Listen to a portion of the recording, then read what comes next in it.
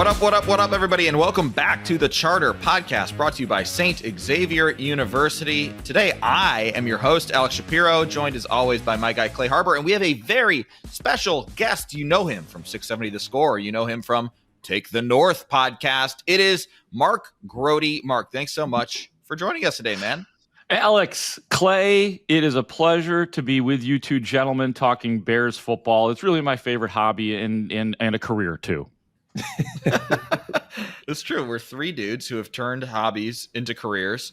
Clay really made it his career twice, on the field and now on the mic. So all three of us, we got our cups of coffee. It's early Thursday morning. Cheers. Who do you think you are, Clay Harbor? Making a life living out of playing football, and then you barge in our territory, and then you're really good at it. How dare you, sir? Never even played for the Bears, man. But obviously I'm from Chicago, born and raised in the area. I know. But just trying to get like you guys, man. Yes, 𝗬𝗏, Illinois, born in Libertyville, but from 𝗬𝗏, Illinois. And I doubt our listeners know where that is. It hardly shows up on a map. 3,000 of us down there. Graduated with 60 kids in high school. We had to bring in 3 schools to make one football team. We had to co-op. So that's my story. Is that fair? Is that like making an all-star team? No, we were so small that we were playing. I was a kicker. I was our punter. I was our wide receiver, our safety, and I played everything. I was never left the field. Those were the days. That's incredible. Let me tell you this really quick here, Clay. Those of us who are from Chicago or the suburbs that went to Illinois State University, we all know Dwight, Illinois, very well. And I think of it nothing but fondly because you can't go down 55 south to Illinois State without going through Dwight and Pontiac and all those great cities downstate. So to know somebody from there, somebody prominent, makes me happy because it was just a place that I went through and that has a women's prison too, right? Dwight, doesn't it have the women's prison? That's what we're known for. Yeah. Yes. So Dwight's known for 2 things: the women's prison and Clay Harbor. That's damn right. Would you ever get any gas there in Dwight? Would you stop? Probably. Oh yeah, 100%. Because it always felt like the halfway point. I don't know if it actually was, but once you got to Dwight, driving from the western suburbs of Chicago as I was, or probably a parent was driving me, Dwight was always like okay, let's stop in Dwight here. It's the halfway point. Feeling pretty good about the rest of the trip here. Yeah. Don't hate me, Clay. I always stop me for gas in Pontiac. For the Wallies. I'm a Wally stan, so I always stop in Pontiac. That's fair. I hope we can still get along. We'd have to go to Walmart. We have to go to Pontiac to hit a Walmart because we didn't have one. So that's where we went to Walmart. You got yourselves a Walmart in Pontiac. Pontiac. We're going to Pontiac, kids. Yeah. Okay, that might be a new section, Downstate Talk with Grote and Clay. We might have to continue. Are you kidding me? I love Downstate Talk. We're going to have a new city every month. It's going to be phenomenal. But we're here to talk Chicago Bears football. The Bears used to do training camp downstate at Bourbonnais, but now they're at Hallis Hall. Training camp 5 weeks away. We just got the dates. 11 public practices. Family Fest at Soldier Field is back after there were conflicts with a concert last year. So with all of this going on, Grote, very top level. What have your impressions been of the Bears over this entire offseason minicamp process compared to the Matt Eberflus regime? Let's limit it to the Matt Eberflus regime. Fair enough. I will say this, and this might shock some people, or people might not want to hear it. So far, in terms of what I'm seeing from players and just the practices that we've been allowed to see, it doesn't look that different. Like, I know that everybody's talking about this dramatic difference because Ben Johnson is here and because he's out there yelling and you could hear him and he's stopping plays and all of that kind of stuff. That's different.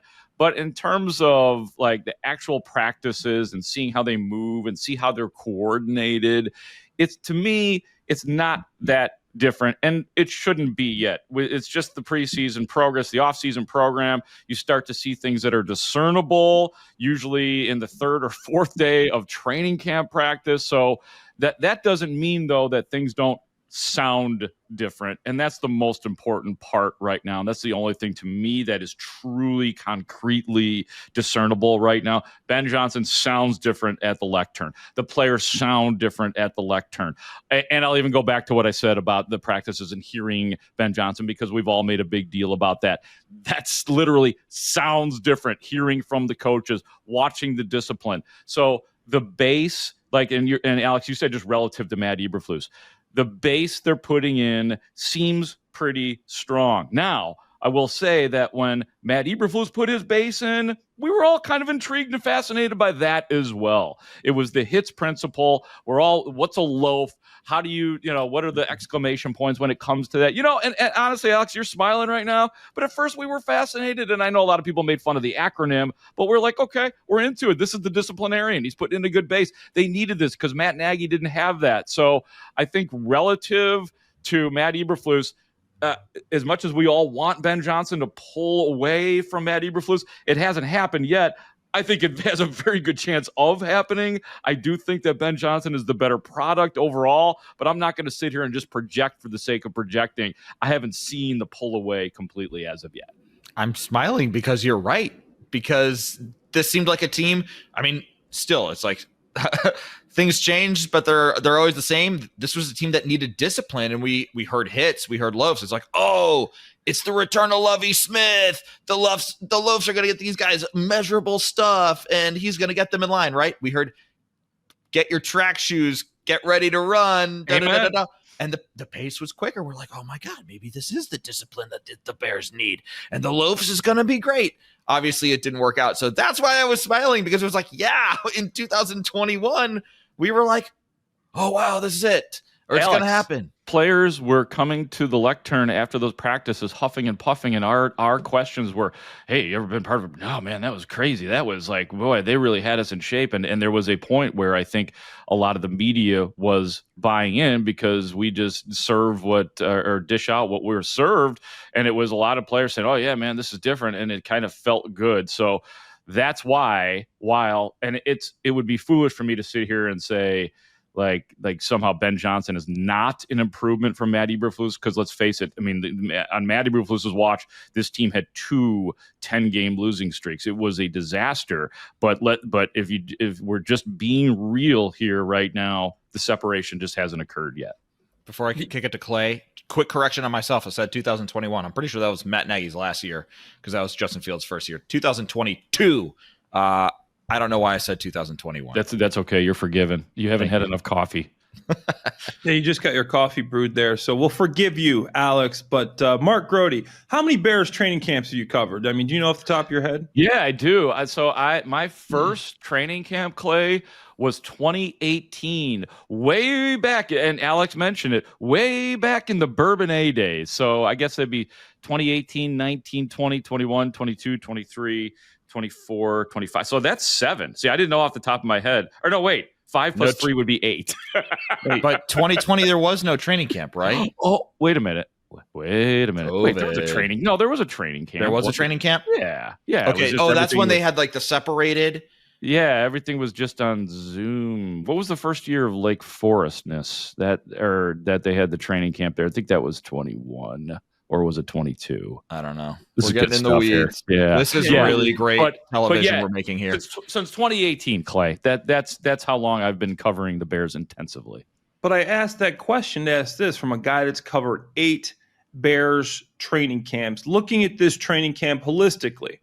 All right, give me your number one plot scenario. What is the biggest thing that we want to see in training camp? And then give me a subplot that maybe the second thing you're looking for. So what's the main storyline? Yeah. And then what's the little sub story here that you're looking forward to personally? Yeah, the number one storyline for me is shocking offense, and I'll be a little bit more specific than that, because that's too easy just to say offense, and Caleb Williams.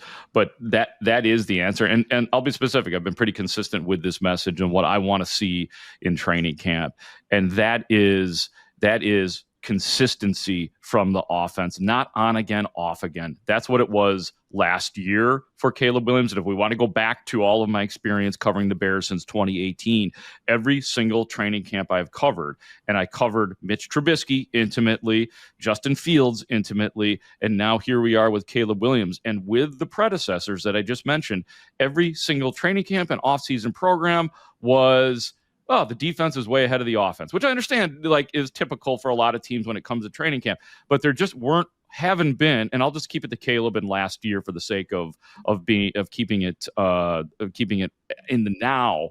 There weren't enough days last year where we're like, Caleb Williams had a great day. There were great throws, there were great moments, there were discernible differences. Like, okay, that's why they drafted this guy. But I want to go through a training camp where there are at least, and I'm just spitballing here off the top, but I want there to be 2 days in a row where Ben Johnson gets up there and says, oh, the offense was better than the defense again, or say it in some sort of way like that, because we just, you go from great, and this is a microcosm of the season too, I think, for Caleb Williams. It has to go from great moments, individual staggered moments, to, okay, he is now in a flow. So I want to see Caleb Williams get into a flow. So that's the big thing. And I could keep going on with that, but for the sake of time, I'll go on to my smaller story, Clay. And that is, I think one of the things that, really, this is just top of mind right now when you ask this question, because we've all had plenty of time to think about stuff. I am really interested in how they are going to rotate and use their offensive line. I can't wait to see that with Grady Jarrett being here. Does he just go in and he's your 3 technique? Is Gervon Dexter really going to take that next step? Because right now there's a lot of talk about his leadership and him getting guys together. There's always that guy, and I think that's great. And he's also bigger than we've seen him. Alex, I don't know if you were there that day, Clay. You'd appreciate it, being the bodybuilder that you are. But Gervon Dexter got up there and somebody asked him, did you put on some muscle? And he's like, thanks for asking. Yes, I did. And he does look massive. And then Shamar Turner. We haven't heard a lot about him in the offseason program, but the second round pick, what he's going to do, Montez Sweat, obviously, Dayo Odeyingbo. So to me, low key, that's in the spirit of your question, Clay, the defensive line is fascinating to me right now. I like it. I feel like the D-line has been kind of flying under the radar this year because everybody wants to talk about Ben Johnson, the offense, the top 2 draft picks, what Rome and DJ are going to do. Is Ben going to be able to build this offense for Caleb? We're forgetting about the whole other side of the football. The Bears were in the bottom 5 and going in run defense last year. So this is going to be huge to see how they use this defensive line, get pressure on the quarterback. You want a guy that has more than 5.5 sacks. Is it going to help with Grady Jarrett? So that's a good one. That's a good one, Grote. Yeah, and I think it's a concern still, unfortunately. I mean, it's crazy to think of all of the improvements that we've talked about with this team, and I think we're all, maybe I'll just say me, I am afraid to go crazy about this team because I bought into it last year. But we come into this season where we could all sit here and say, yeah, I think Montez Sweat is going to be better this year because he's got to be better than he was last year. It felt like a lost season for Montez Sweat, but you go through the Sweat career, and that season he had for the Bears a couple of years ago was that his only double-digit sack season, or maybe one of his only for his career? So only I do think one. Just the one. I mean, you go through the numbers; they're good numbers. It's not like, they're bad, but for somehow the Montez Sweat effect, the shine has worn off, because ultimately you got to get sacks. And that's the same thing with Dayo Odeyingbo. I remember asking Ryan Poles at the opening press conference, kind of sheepishly, because it was this grand, happy day and we're introducing and there's families here. And the question that I asked about Dayo Odeyingbo is, hey man, where's the sack? Like the sack numbers are not that impressive. And Ryan Poles invited me to look at the film, see what this guy does. He's all over the place. I love that concept, but I love the concept of getting to the quarterback double-digit times throughout a season. And right now, guys, and maybe correct me if I'm wrong, I don't know if there's a slam dunk on this team where you can say, yep, I see 10 sacks coming this year from that guy. Yeah, he had 3 sacks last year. Dayo Odeyingbo did 3. Yeah. No, you're absolutely right. I'm loving this real talk with Mark Grote, because it is real talk. And, I think we join you here on the Charter podcast. I'll speak for myself, but I believe Clay and Ruthie are with me, where we're also kind of tenuously optimistic, tentatively optimistic. I'm not sure what the exact phrasing I'm looking for. Cautiously optimistic. That's what I'm looking for. There it is. That's the one. This is not a slam dunk 10-win team. This is not a slam dunk playoff team. You know, like for all the talk of Ben Johnson, Colson Love, and I think all of us are in a little bit of a wait and see mode. So you are not alone there. Yeah, I think it was hard. I don't know, Alex, real quick. It was to your point about the 10 wins. I'll just say quickly, and I don't know what you guys came up with. You went through I assume you guys went through the schedule drill and came up with records. It was hard. My challenge, like the way I did it, can I come up with 9 wins? And it was difficult to come up with 9. I somehow, right? I mean, in some ways did, but it's. I mean, and we can make it really simple because the division is tough. Period. Absolutely. Very tough division and very tough, you know, the divisions that they are taking on. The AFC North, tough division. Yeah. You know, you got the Ravens, you got the Steelers, you got all, you know, the Bengals, who were not very good last year, but are probably a better football team than what they showed last season. So tough schedule. Agree. So all of that said, I guess, if we are saying it's kind of hard to find 9 wins, when I said this is not a slam dunk playoff team, you laughed because like, yeah, obviously it's not a slam dunk playoff team. What do you think are reasonable expectations then? What would make this a successful season for the Chicago Bears if we're like, playoffs could be kind of tough? Yeah, I think that to me, that's Caleb Williams. Does Caleb Williams look like your franchise quarterback? And that doesn't necessarily mean he has to come out and be elite in everything that everybody wanted him to be and some of us projected him to be when he came out of USC. But to me, a successful season sneakily is just that guy knowing, even if the Bears go 7-10 this year and they don't make the playoffs, and that is definitely a possibility, like 7-10, which, by the way, would be a 2-game improvement from last year. I just think that, yeah, we have to know, like, okay, we got a quarterback. And the last time, like, I remember last season when we could take us all the way back to London in the Jacksonville game when, oh my God, Caleb Williams looked fantastic. I think that was the 𝗁cie 𝗰𝗶𝗹 game as well. Like, I remember, I don't know if I was one of those that said it, but a lot of people pontificating saying, we got the quarterback. That much we know right now. The Bears got a guy. And then as the season went on, that curiosity popped up in our minds again, or that doubt, I should say. I want that doubt eliminated this time, even if it takes until week 11 or 12 to be like, yeah, you got a quarterback. That's the most important part. Yeah, so Grote, if there was one position on this roster that you are still concerned about with this makeover that Ryan Poles did. I mean, he did the hair, he did the nice facial, new clothes, suit, hit the gym.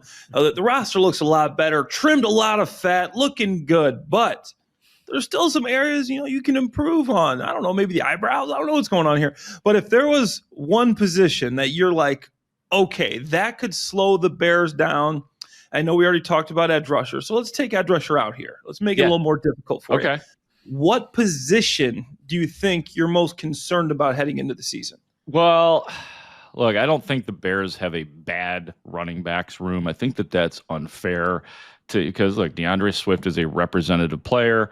Roschon Johnson has had his moments. They figured some things out with him last year. Kyle Monungai is drafted. The reason I am specifically talking about running back, and I know that a lot of people have talked about running back, it's just such a massive part of what Ben Johnson does with offenses. So I want to know if he thinks he truly has enough. And I think if he was being honest, I think if the Bears were being honest, they'd be like, yeah, we probably wanted to upgrade in that area. And I think we all know from our sources and people that we've talked to that there were a couple, maybe 2 or 3 running backs that they had targeted during the draft and they weren't able to get them. So the question is, again, with these guys that are not bad, awful running backs, does Ben Johnson have the ingredients he needs in that backfield to do what he wants to do with an offense? And I'm not quite sure about it. Honorable mention to that question as well, Clay. I caught you guys a little bit yesterday. And if I'm not mistaken, were you guys not waxing poetic yesterday about one Jack Sanborn? I kind of enjoyed that because yeah, I see you, Clay. I see you. Like, that was just a good football player. And I heard you guys, like the team speed. That makes sense because that's what Dennis Allen's thing is. We were told that before he came here. Guys, just so you know, like one of his things is team speed. But that was a good Nick Kwiatkowski. Like that was a good linebacker, special teams product. And now we're hearing the name Noah Sewell all the time, and Ruben Hippolyte. What is a Ruben Hippolyte? So I thought that was the nod to you guys for that conversation. But nobody talks about Jack Sanborn anymore. Remember Jack Sanborn, everybody? We do. Yeah. We remember Jack Sanborn. Do you remember Jack Sanborn? I love your picks there, Grote, and I wrote down some statistics here because we had Alex knows I love a good stat. We had a question similar to this on the Big Pro Football show yesterday talking about the running backs because Pro Football Focus put something out and then we kind of react to it. They put out that the Bears had the 29th best running back room in the NFL, which is not hard to believe. And I'm struggling to find my numbers here, but basically, okay, here it is. Jahmyr Gibbs last year placed 5th in forced missed tackles. He had 68. He was 2nd in runs of 10 yards or more with 46, and he had the most receiving yards of any running back, almost 600. The year before DeAndre Swift got to the Detroit Lions, where Ben Johnson was the offensive coordinator, the year before, he averaged 13 carries a game. When Ben Johnson took over, he averaged 7. This last season, DeAndre Swift averaged 2.5 yards after contact per attempt. The league average is 3. That put him 50th. So here's the thing. A lot of these runs, these missed tackles forced, these runs of 10 yards or more, that's not DeAndre Swift's forte. He's a solid running back, but you don't have Jahmyr Gibbs, who this isn't coaching.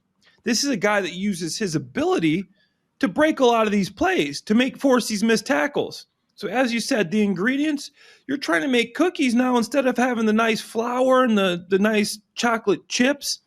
Maybe you got some peanut butter. Maybe you don't got the flour you need, so you don't have the same ingredients to be able to make those nice chocolate chips.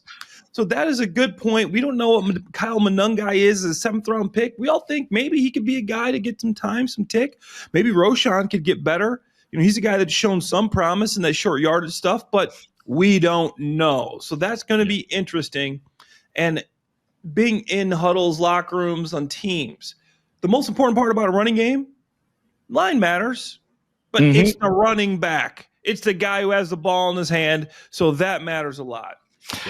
Yeah. I mean, and you think about, too, and you mentioned it there, DeAndre Swift was with Ben Johnson in Detroit. And look, Ben Johnson was not the personnel decision maker. He didn't decide whether or not DeAndre Swift was also on that roster. But I could probably say with 100% assurance that they probably went to Ben Johnson and said, hey, what do you think about DeAndre Swift? And he probably said, yeah, we could probably do better. So, so we could probably draft Jahmyr Gibbs and trade DeAndre Swift away. So, and I guess maybe that reminds me that as we all talk about Ben Johnson and the plaudits that exist, he's not just here for 1 year. You know what I mean? Like, it's funny how we're all trying to put the Super Bowl team together this year. They've got to upgrade. How could you go into the season with these running backs? Well, maybe give it a year. Ben Johnson did have to endure, and I say that with air quotes because, again, DeAndre Swift is not a bad player. This is a representative National Football League player who deserves that respect. But after 1 year, if he can't get out of DeAndre Swift and Roschon Johnson and Kyle Monungai and maybe like Ian Wheeler, if he can't get out of those guys, he will do the exact same thing and they will upgrade after this season. Yeah. I love the way you put it, Grote. I think that was perfect. Ingredients. These aren't bad players, but are they the right players? Do they have the right ingredients? Right. Phenomenal. Love that. So we're going to use that all year. I hope you know that. We'll put a Grote TM on that. That's making the show. That's not getting edited out. That's making the show, baby. I love it. Yes, sir. All right. Before we get out of here, I have one more quick question for you. Make it quick. Grote. Make it quick, it's Alex. Quick. It's real quick. Quick. Yep. We love talking about camp crushes. Do you have a camp crush developing on this roster? Interesting. Wow, Camp Crush. If I may, let me take a sip of coffee here really quick and think about this. Yeah. I want to hear your. I have two, can I give two or Yes. no? Yeah, two. Okay. You absolutely. And then I'm curious to hear what you guys have too.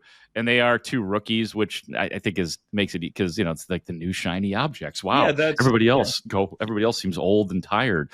I'm gonna go with two guys and both 𝗁cie𝗰𝗶𝗹 and Shemar Turner. And 𝗁cie𝗰𝗶𝗹, every time that we've talked to him, he's just so excited and ready. Like, he's this massive man, but dare I say, how can I say it? He's kind of adorable at the same time. This big, huge, earnest guy who wants to learn and seems so excited. I don't know. I don't remember the last time I saw the eagerness. Like, I've seen a lot of personality come through Halas Hall since 2018, and I love those guys. But 𝗰𝗶𝗹 seems so earnest. And then the other guy is Shemar Turner. I mean, how could he not love Shemar Turner? I think that's part of why I'm intrigued about the defensive line and what his actual role is as a player. But he is just a bundle of energy when we get to talk to him, and he's fun to watch on the field and the way he was taking in the first day of training camp. So those are my two. What did you say? Camp crushes, Alex? Is that the way we're with? Gotcha. And you guys? Alex? We've liked J.P. Richardson. I think Clay and I share J.P. Richardson. Nahshon Wright. I like a little Reuben Hippolyte. Yeah. Speed. And Joel Wilson, baby. Tight end. Tight end number 4. 14 personnel. That was one of the 5 guys that Ben Johnson pointed out when he finally succumbed to the answer of, hey, who looks good? One of them was Joel Wilson. Yeah. Grote, I got one more question for you real fast, just because your coworker over there, David Hall, I asked him a question on the Big Pro Football Show. This is trivia. Since the Bulls drafted 12th overall last night, do you remember the last time the Chicago Bears picked number 12 overall, and who was it? And if you can't. Okay, yeah, let me give it a whirl. No, it's not 𝗻𝗁cie, right? That's the guy the Bulls drafted. Was it Roquan Smith in 2018? No, I had to give Haw a couple of hints. The first hint I gave him was it was 1999. Oh my God! Number 12 was it David Terrell? No, it was Cade McNown. Lefty quarterback. Oh my God! Disaster. The UCLA lefty. That's what you get messing with UCLA. That's what you get messing with UCLA. Yeah, that's right, Mr. USC. Cade McNown. I admit, when they drafted him, I was a much younger Mark Grote. Was very excited about the Bears are drafting a quarterback. They got that Cade McNown guy from the West Coast, and then nobody liked him, and he sucked. And terrible. Who was the court? Was it Dick Duran who had to deal with him? I think Dick Duran kind of threw his arms up and said, basically, from stories I've heard from beat writers, hey, this is the guy they want us to play. We'll play this guy. And it was an absolute disaster. I remember throwing the ball to Marcus Robinson, one of my favorite receivers. Just throwing it up to Robinson. That was the only good thing you could do. Love big, tall, number 88, Marcus Robinson. Yep. Love it. Yep. Bears. Well, amazing. Thank you. Thank you to Mark Grote for joining us for this episode of Downstate Geography and Trip Down Memory Lane on the Charter Podcast, brought to you by St. Xavier University. I am Alex 𝗮𝘀. That is Clay Harbor. Once again, Grote, thank you so much for joining us. Grote. Where can our fans find you? I heart Dwight. That's what my next T-shirt is going to say. Never mind New York. Where can fans find you, Grote? So I'm on the Score at various times. I tend to fill in or work with the midday show on the Score with Layla Rahimi and Marshall Harris from 10 to 2 on various days throughout the week. And I would also say that you should listen to the Take the North podcast. You can find that wherever you find your podcast. Just Google it. I'm on Instagram, Twitter, all that kind of stuff. So I really appreciate you guys having me on. Thank you. Oh, no, the pleasure was all ours. Thank you again for joining us. And again, thank you for listening or watching on YouTube. We hope you all have a wonderful weekend, and we will be back with more Bears Greatness on the Charter Podcast, brought to you by St. Xavier University next week. Have a good one, everybody.